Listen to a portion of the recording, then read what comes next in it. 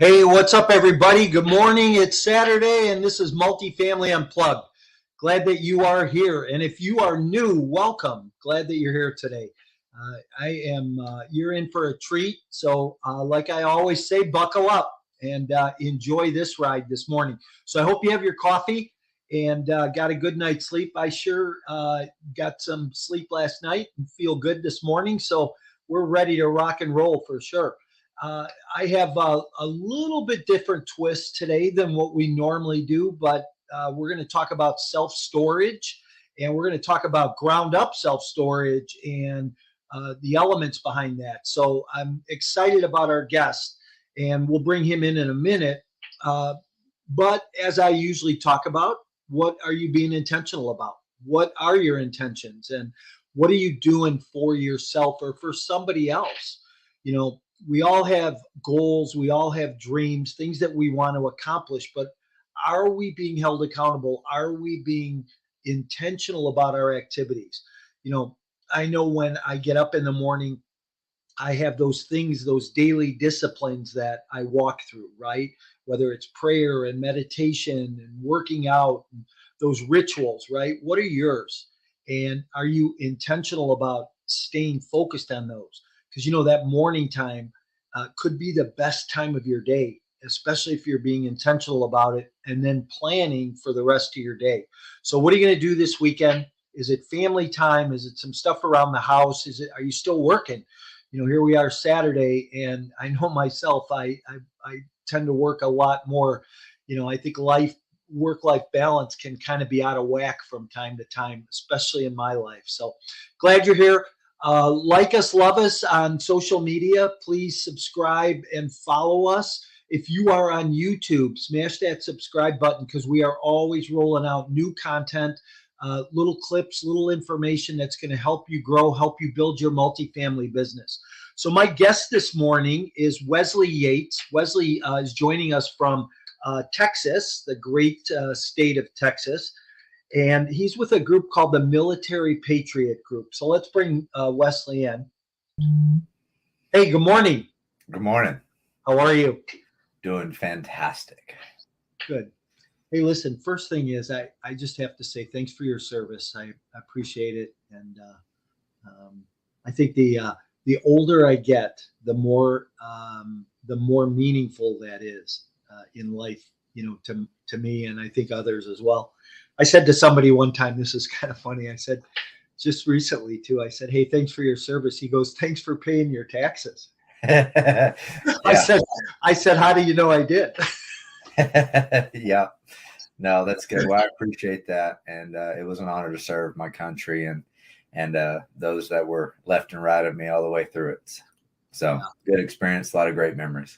Yeah, great. Well, listen, welcome to Multifamily Unplugged. I always I start my show, every podcast I do with one question. And in one word, what best describes you personally and professionally? Yeah, I've had to think about that one. And I would have to, if I could pick one word, it would be inspired.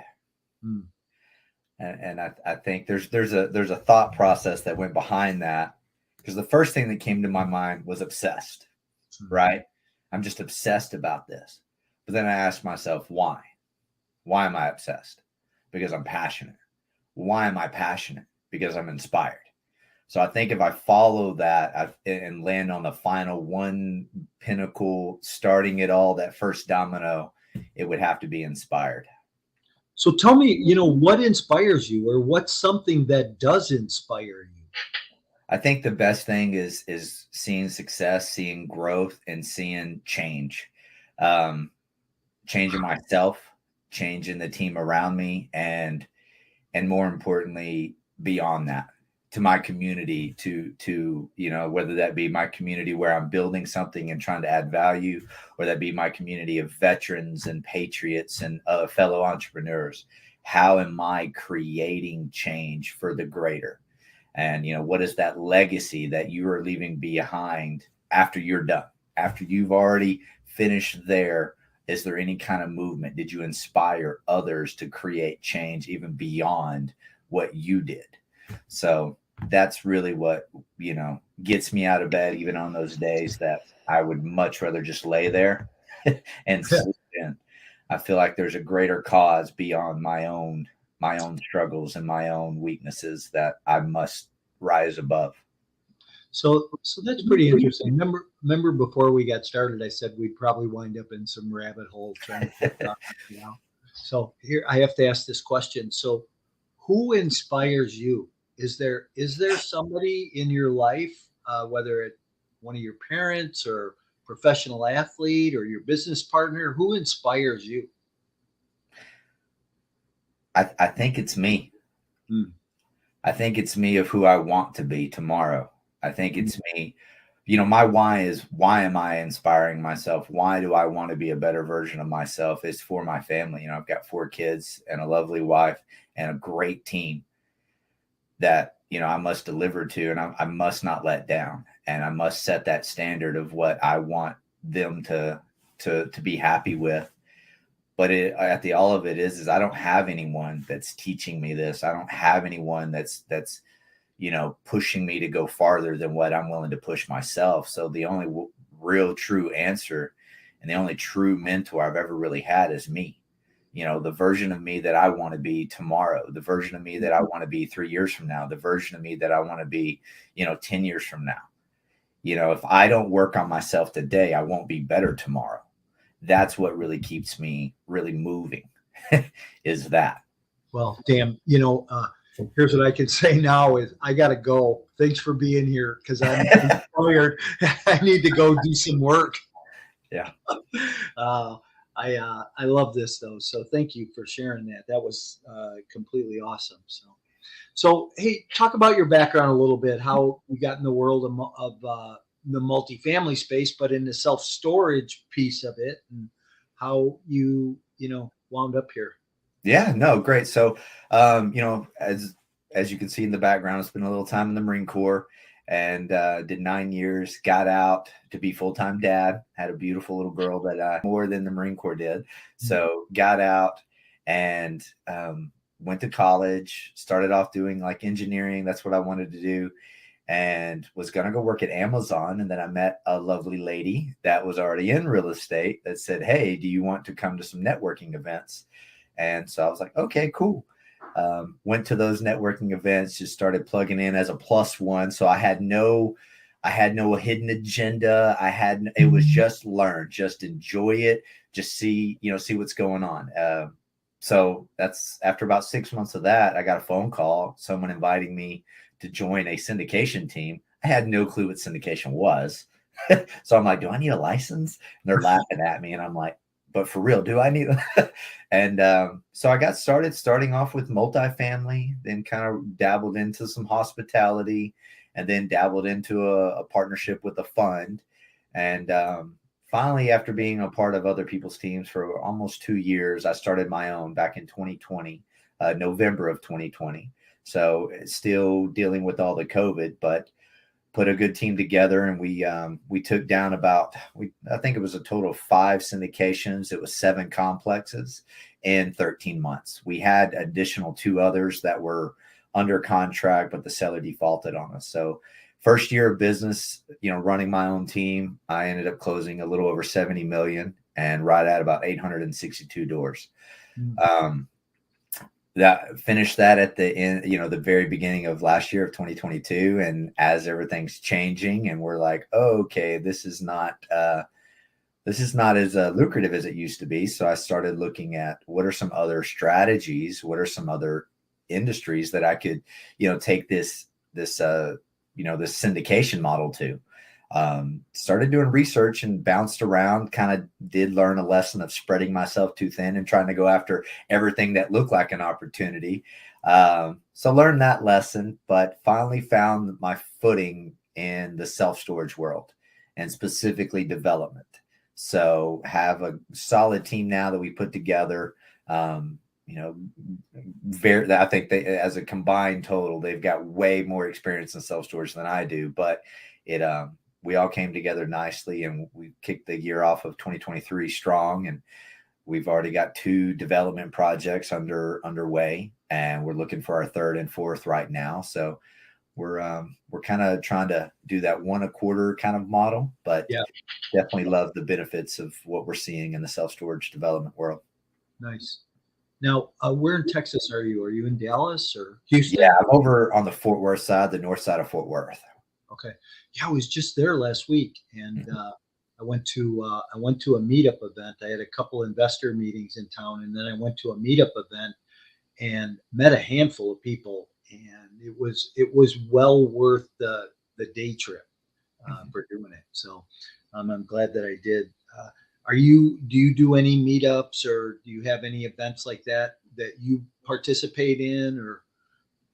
Yeah, I just spoke at the Veterans and Real Estate event. That was the end of last month, end of April.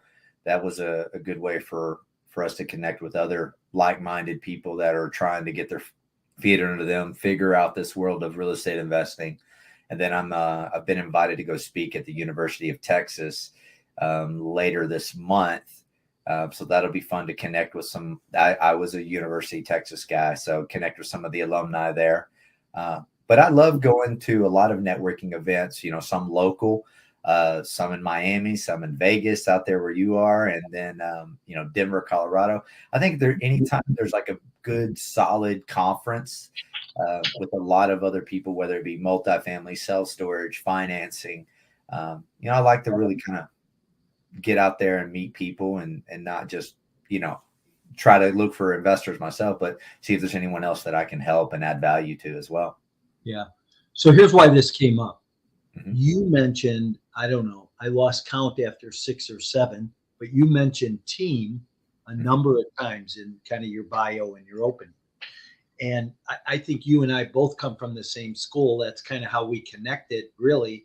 I met your partner in Vegas at an event, and she connected me with you, and you and I kind of just, you can always feel when you have a little rapport with somebody. And but you mentioned team a number of times, and team is really important. But here's what's interesting to me.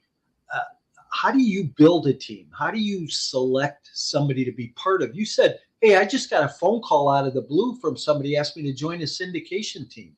How does that happen? And your partner's in Vegas and you're in Dallas.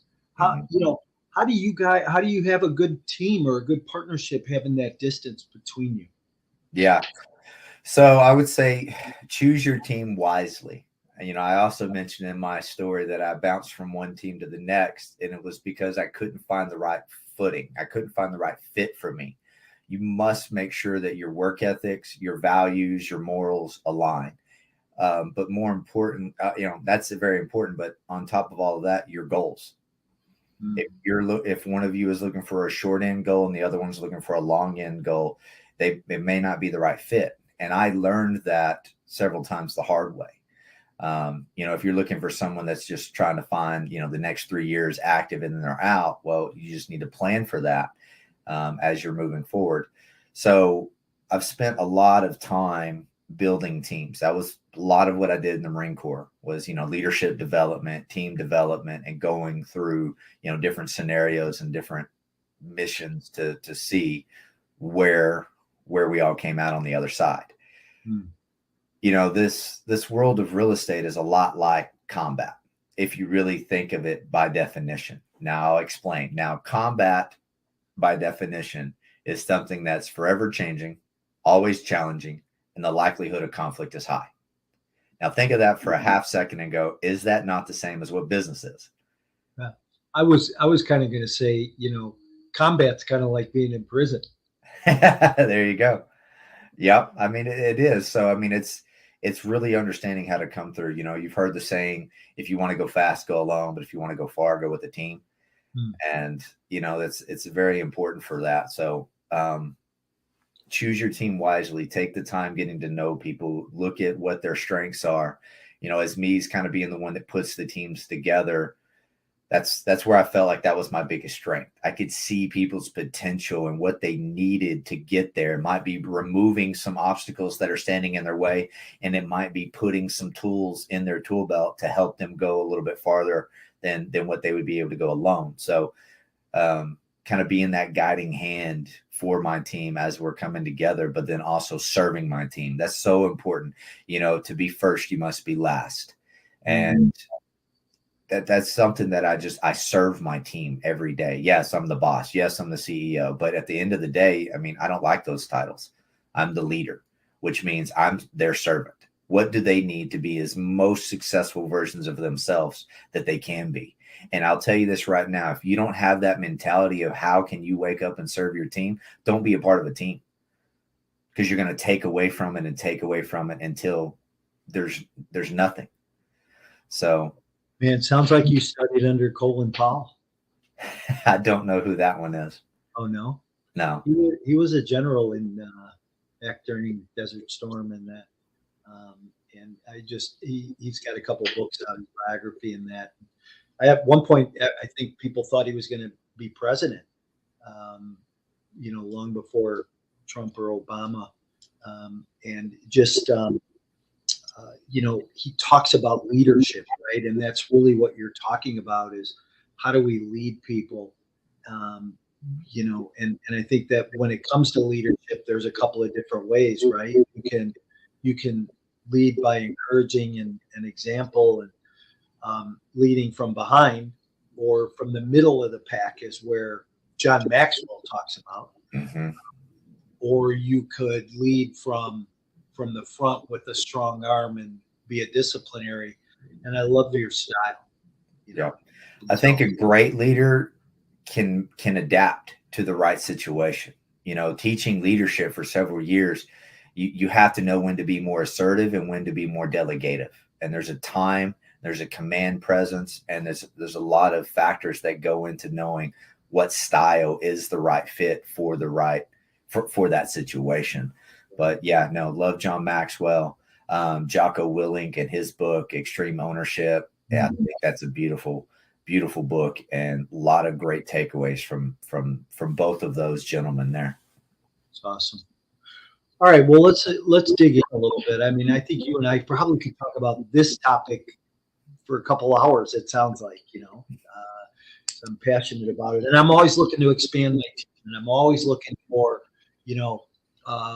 somebody to partner with that is wants the business and wants, has that deep desire, right? That you can lead, right? Because I look at myself like that too. Although I'll never put CEO on my business card again, because I think as a CEO you're constantly under fire. But I just want to be the inspire. I love what you said about inspiration, right? I want to be the inspiring person that leads from the middle of the pack. So I can't remember who it was that said it. They were like, it might have been Russell Brunson, but they were like, how have you built so many successful companies and successful teams? And he said, well, the key to that is a 3-step process. Step 1, have a very clear vision of what you're wanting to achieve, to the point where anyone else that is a part of that sees that vision as a part of their own as well. Step 2, give your team everything they need to accomplish that vision. Step 3, get the hell out of their way. So I told my assistant this morning, I said, hey, I work for you. I said, we're going to get some help and I work for you. You're going to manage them and help let me do what I do best, And I think that's so true. We have to get out of other people's way sometimes. Mm-hmm. So, hey, let's talk about self-storage. Awesome. I'm a multifamily guy. Sometimes I think I have my blinders on because I like, workforce housing, market rate rent. I have this one path and, C plus to B plus property. And that's where I focus. But I know there's other assets out there. I know there's other opportunity out there. I've just gotten really good at what I do. And we really connected on the self-storage thing because we're buying a property in Oklahoma that's got extra land, and we were thinking about building self-storage. Mm-hmm. So that's how you and I get connected into the conversation. So, talk about self-storage. Yeah. Yeah, I think the only reason that one didn't work is the city said the only way that they would let us build self-storage if it was just for the tenants. So I was like, well, I'm really trying to do public storage, but yeah, no, self-storage, I like it. The biggest benefits of what I see is no toilets, no tenants. When you build up these big portfolios and these big assets, portfolios, it's a lot of doors and it's a lot of tenants. And during COVID, we saw how hard that was to manage through a downturn. And I don't even think COVID was necessarily the downturn. I think we're seeing the downturn now. Yeah. But when you got a good management team, they can handle that stuff for you. However, I'm looking at, okay, I want cash flow. I want some good, returns for myself for doing all of the work. And when I started seeing the splits on multifamily go from 70-30 to 80-20, then I started seeing a few come in here and there at 90-10. And I'm doing this full time going, man, that's giving away that's all the meat right there to them, which investors have their expectations of what they're used to seeing. So I started looking at elsewhere where how can I still give my investors what they're expecting, maybe even more, and still have a good bit of return for me, that whole what's in it for me thing. So I want to serve my investors and keep them happy. So I found with the self-storage and where we're able to buy these things at and be nationwide. And so that's actually a benefit of having. I've got two of my team members out in the Carolinas, one of my team members in the South of, down in Houston. And then we're just kind of scattered all over, which works well for us because we're not just buying in one market. We're buying in a market that meets our needs. So the biggest thing that we look at in self-storage is square foot per capita, right? So basically they've done the studies and the math on the average square feet of self-storage, of storage space per person that lives in a certain mile radius around of each area. And they said the nation's average right now is 6.2 square feet per capita, per person. So I'm like, okay, well, that's pretty good. So if you go and find something that's below 6.2 square feet per capita, say like below 5, well, what does that tell you? Oh, there's a need there. There's a need to build more, and so it's a little quicker to look for areas that are going to allow to fulfill the demand, in that market. But there are some struggles with, the city doesn't really like self-storage in some senses. Why is that?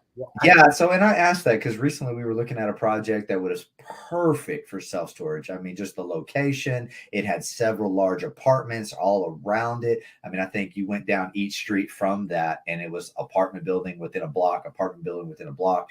And so we were like, this is going to be beautiful for a self-storage facility.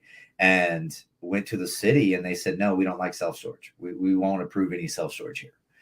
And we asked and they said, well, we're worried about the crime. And we're like, crime? I mean, you're not running a business. We would have security, we would have cameras, we would have all of that going on. They said, well, we've got a big problem with human trafficking through self-storages. And I was like, oh, wow. So another hit was, if there's not enough taxable income coming from, you don't have a lot of jobs for self-storage. So the city views that as, it's really not hitting their goals of what they're looking for. And now other cities are completely on board with it. And they understand, if we're building more commercial livable spaces, there's less square footage for them to have their stuff. And let's be real, we Americans love our stuff. So we would rather pay the extra for the storage space than extra for, more livable space, just so that we can have it in our home. And if you look at cost per square foot, it's more expensive to have extra square footage of your living space than it is, oh, the square footage just to keep my extra, knickknacks or my extra toys or my extra whatever. So it's just really about doing your research, just like, no different than whenever you look at multifamily, you've got a lot of key indicators that you look to go. I mean, we look at crime rate, y'all look at crime rate. We look at job growth, y'all look at job growth. So it's a lot of the same indicators that, the big ones that you would look at for a market line up identical. Yeah. We're really wanting multifamily is one of the biggest things that we're looking at, because if you're building, 100 unit, a 500 unit within that area, that's beautiful. That's more capita in a square foot than anywhere else. Yeah. So then I'm such an out of the box thinker. I'm a big picture kind of guy, right? And when you got a village that says, "Hey, you're not supplying jobs. There's not enough tax incentive for us." We know how self storage has kind of transitioned, right? It used to just be those buildings outside. Now we went to climate control. Now there's retrofit, where if you can find an old Walmart or a Kmart and retrofit it for indoor self storage, that works. But what's the next version coming, Wesley? What's the next, how do you satisfy a city's need or desire for something different, but yet satisfy the demand for the storage facility? What's coming? So we've been doing, and it's kind of already been done. My consultant on he's my actual developer on my team. He's been doing self-storage development for 33 years. So he's seen quite a few different markets, and a lot of the things that we're doing for those cities that need, they want retail, that gives them a bit of cash flow. So, I mean, you're talking taxes there. So we can build that hybrid where in the front, road front access is all retail strips. And then on the back, we'll build the self-storage, whether we go vertical or we just go, horizontal and just single story out the back. But from the street there, we're still honoring that need to the city and giving them that. But I mean, that's really the next biggest thing, is just adapting to the times of what we're doing and running these things as much remote as possible. During the lease up phase and the stabilization phase, we encourage to have our a site member or someone working, a site manager working in the office. But a lot of these, once you kind of got the hang of it, it's really running them 100% remote, where everything's done online. They get a key code to access the property. They might even have the code for their lock right there, and then they're good to go and never have to have any action with anyone. And it's 24-hour access. It's surveillance. It's all security gated and security, and then if they don't pay from the management point of view, all I got to do is go and turn all their codes off. Yeah. So when you can manage every aspect from a facility that we own in North Carolina from here in Texas, it makes it a lot easier to know exactly what's going on, pull up all the camera feeds and see exactly what's going on. So, I mean, I think a lot of the what's next is implementing the technology. We're looking at the AI aspect of it, which is giving there's always a customer service representative there. Whether, you can hire a call center that's always going to be on standby for if you need a call, to replacing that with AI. So it's always there, cutting down the cost on that. But a lot of it is just, I would say, merging the technology as we get new technology advancements, how to merge that into giving a better customer experience, as well as giving an overall management experience. So, that's just kind of a crazy question. You talked about retail, hybrid between retail and storage. What about between living and storage? What about residential living and storage? How is there a hybrid model? Here's where it comes to mind, right? Like out near where Jacqueline is, they have this urban village concept where that street level you've got retail and restaurants, but upstairs you have living, condominiums that are $500,000-$600,000. So you've created a small city within a larger city, right? Or a small community within a larger community. How do is there a way to incorporate that type of thing into a self-storage? And here's what I'm talking about too, right? Is this property in Oklahoma we're buying with this 2 acres of land. We have all this residential and all this vacant land, and it doesn't make sense to build another 20 unit apartment building. Yeah, I think it's a good alternative for if you're going to combine it with like multifamily as an other income item. You got to think you can charge your tenants if they want to rent that. I've seen it go well with like carports where they'll build it, they'll build some nice covered parking. And then in the front of that covered parking or in the back of that covered parking, they'll have like lockers that they can rent or like a self-storage that they can rent. So I think it would be good to look at those to see if your return on your time and the return on the expenses to add that as another income for your tenants. Now, if the city even authorizes it to be public storage, then it's even better. You got 2 acres of land, you want to look at building, a 3-story facility, you can get up to 75,000 net rentable square feet. I'm building a facility in North Carolina right now on 2.13 acres. And even with the parking, even with the retention pond in the back, we're still able to get I think we're right at 78,000 net rentable square feet. And it has its own office and all of that. So if that was side by side with an apartment, that would just be beautiful other income for that apartment. If that was the same owner, because you got a public access, so you're able to make money from the general public in the area on top of giving your tenants something right there that they can benefit from. But if it was on a smaller scale just for that, I would do a case study, maybe just do a poll from your tenants that are there and ask how many of y'all would be willing to rent self-storage if we were to add it here to this facility, to this apartment, and just see about what, I would even maybe put a few bubbles on there. And you could probably put this on a Google form, shoot it out to everyone's email, and all they got to do is go in there and click, yeah, I would love a 5x5. Yeah, I would love a 5x10. You know what? I really need a 10x15. And just look at a few common sizes and then see how many you get back just from if you got a 300 unit apartment and let's just say 70% of them comes back and says, yeah, I would love a place to store something. Especially during these recessions and these downturns, what do you think people are doing? They're downsizing. They're moving in with a friend. They're moving in with a family member. They don't want to get rid of their stuff, so they go and rent storage. So I think that would be beautiful, especially when you're talking affordable housing as your main strategy. That's, you can go, you've done these tours. Let's be real. How many people are really living in that one little unit apartment, that one little studio? It's scary sometimes, but having that storage locker there so they don't have to have all their stuff fit into one little tiny apartment would be very beneficial to them, and as well as extra income for that apartment owner. Are you ready to skyrocket your investment portfolio and leave a legacy? Are you tired of inconsistent returns received in the stock market? Then it's time you take a look at alternative investment options like a passive investment in multifamily real estate. No tenants, trash, or toilets. Just a solid return on an annual investment, including quarterly returns along the way. These lower risk and secure assets are also a great hedge against inflation.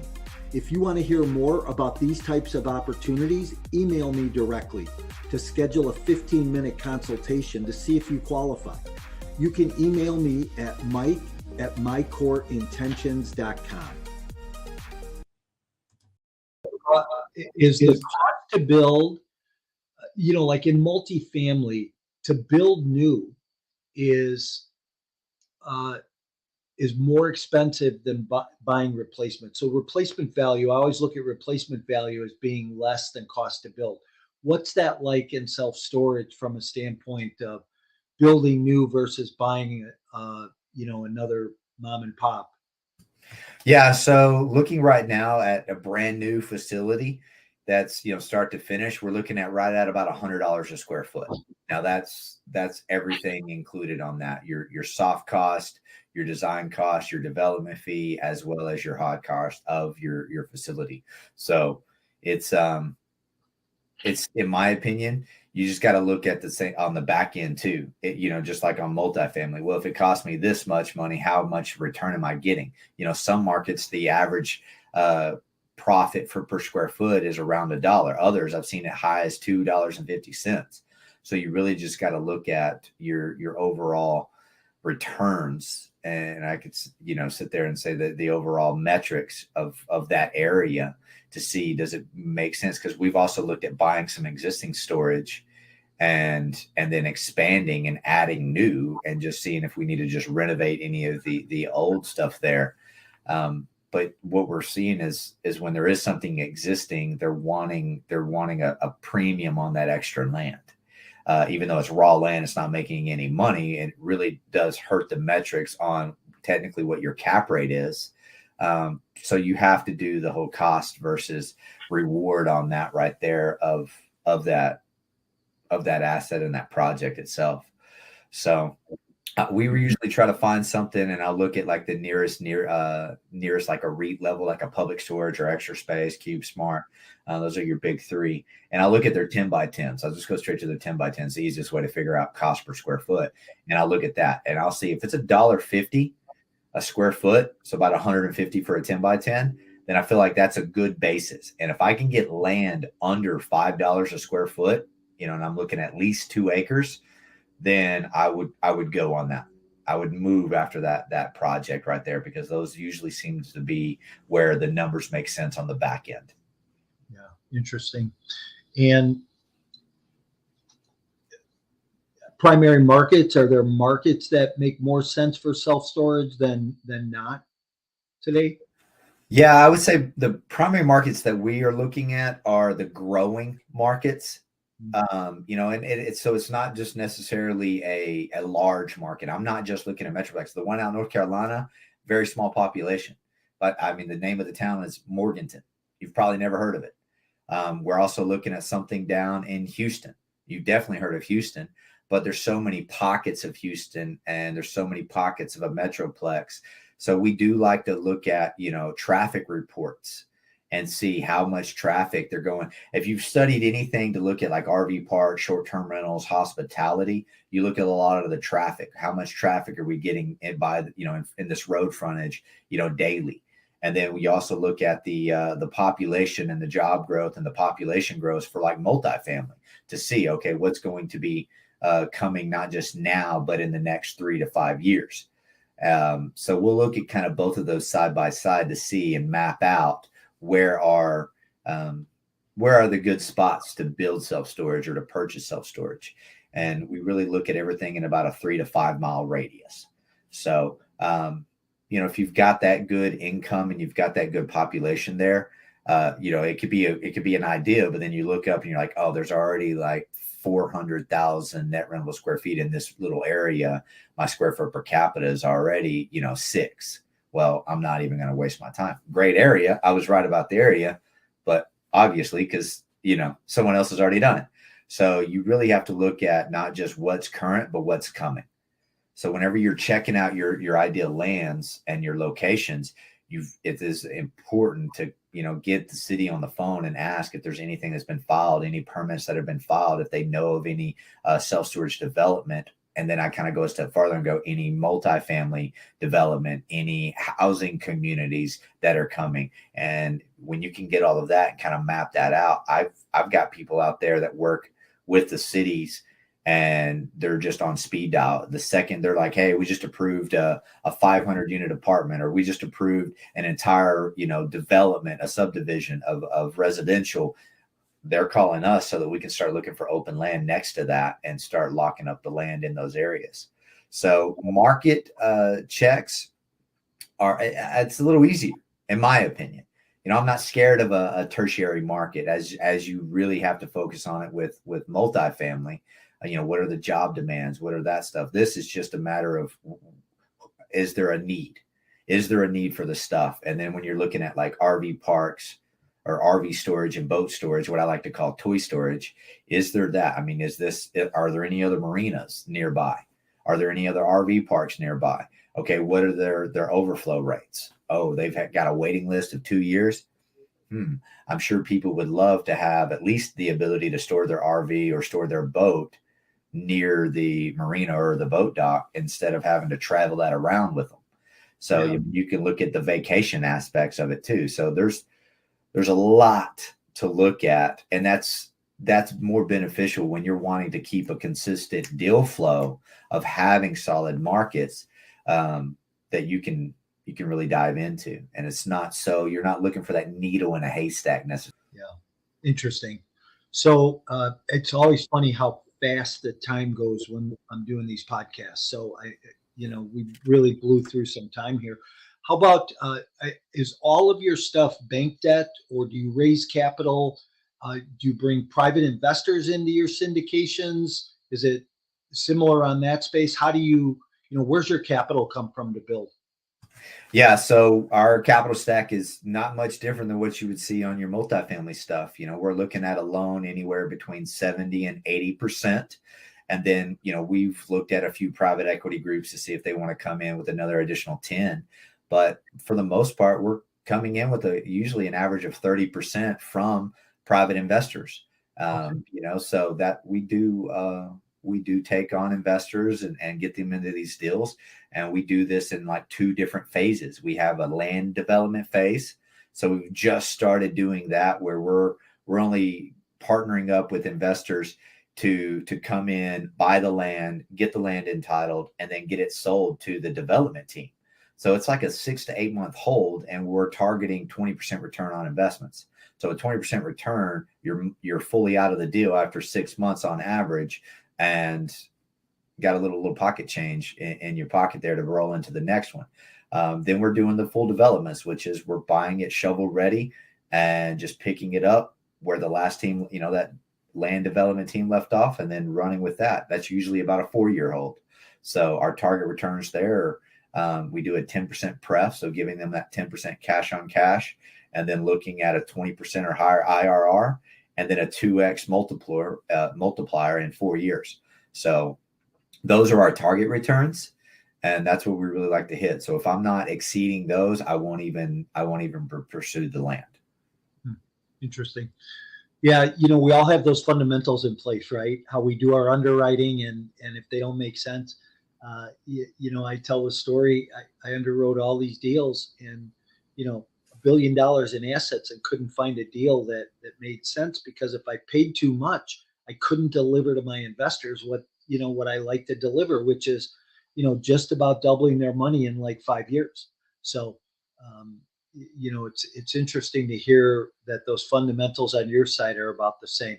Hey, as we start to wind down, tell people how they can get a hold of you. Yeah, so you can see down below if you're interested in having a call to discuss some of our investment opportunity, our team, our strategy. You can just go to chatwithwes.com and book a time. If you want to get to know us a little bit more, you can go to our website, militarypatriotsgroup.com.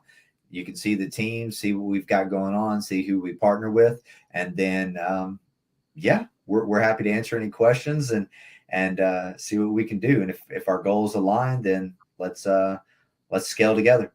So you want people to call you if they have some land under $5 a square foot. If you do have that, yeah, I mean, we're sourcing a great deal. I get phone calls daily on people wanting me to buy something from them. If you have something or you own the land and you're wanting to partner, we've partnered with landowners before and just worked out some kind of equity split where they own the land, they're contributing that to the development, and we can get them some money on their raw land too and increase the value of it. We're pretty much open to just about any strategy and any conversation. And if I'm not the best person on the team to talk to, I'll put you in contact. Oh, you've got a deal that you want us to look at with you? Okay, let me get you with one of my acquisitions managers. Oh, okay, you want to look at investing and want to hear more about how our returns are structured? Okay, cool. Then I can get on there with you and answer all of those questions. Nice. Awesome. So last couple questions, things I always like to know about people, find out a little more about them. But what's the best book you've ever read? Oh, that's a good one. Honestly, there's a handful of just pop off, but I'd like to go back to one of the earlier books, and it was Dale Carnegie, and it was winning. What was it? Winning relationships and influencing friendships. How to win friends and influence others. Thank you. There it is. Yeah. How to win friends and influence others. Yeah. Yeah. And then I read the Digital Age one, so it was a newer version, but that's been a bestseller for decades, but they rewrote it for like the digital era, and I read that one, and it was really good, so I liked that one. I think that's a book every teenager should read. Mm-hmm. I think every junior entrepreneur, no matter the age, if you're looking to get into the corporate world or get into the entrepreneur world, understanding the fundamentals of that book, I think it really helped me grow a lot.